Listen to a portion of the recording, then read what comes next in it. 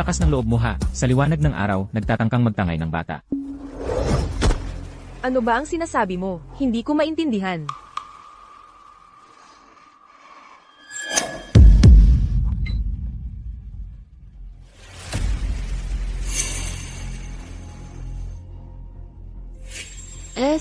Kita naman sa ebidensya, nagsisinungaling ka pa. Sa tingin ko, ikaw na talaga ang malaking kontrabida dito. Dapat talagang hulihin ka ng pulis, kuya.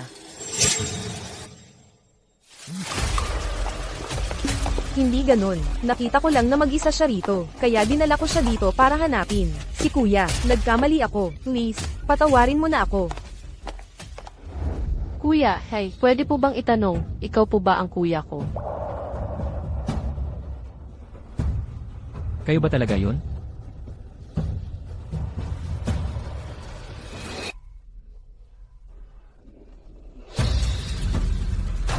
Tiyan, kuya mo, natagpuan ka na rin.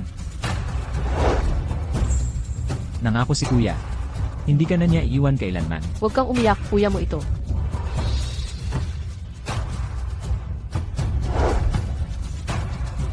Miss C, pasok na po kayo sa sasakyan. Tara na. Si Papa at si Ate pangalawa ay nasa bahay pa. Naghihintay sila para salubungin si Tianchan.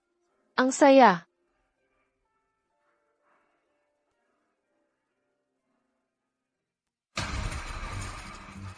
HM, Tang Tiyan. Mukhang sinuwerte ka ngayon.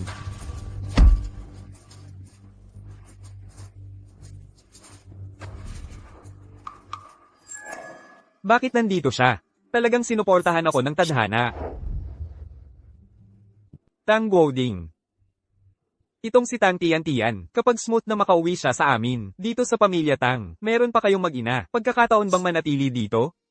Ako lang ang nag-iisang apo ng Tang family, nag-iisa at tanging tagapagmana. Isang batang babae lang siya. Karapat-dapat ba siyang makipag-agawan sa akin? Pero Master Zuang, kailangan ko lang linawin sa'yo. Kapag nalaman ng pamilya Tang, lahat ng mga ito, ako lahat ang gumagawa ng mga kalokohan. Yung pangako kong bayad sa'yo, baka, HM. Tang Guoding, gusto mo ng swerte. Pero ako, ang gusto ko ay ang Kixing Bao daw. At ang posisyon bilang Tianxi. Pareho tayong may pakinabang dito. Hindi mo kailangan akong takutin.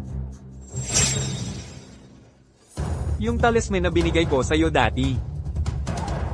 Nailibing ko na sa ilalim ng puno.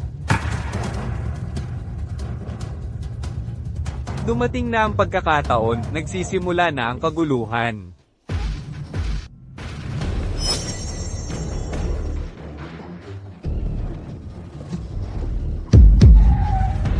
Manong Chen, anong nangyayari sa'yo?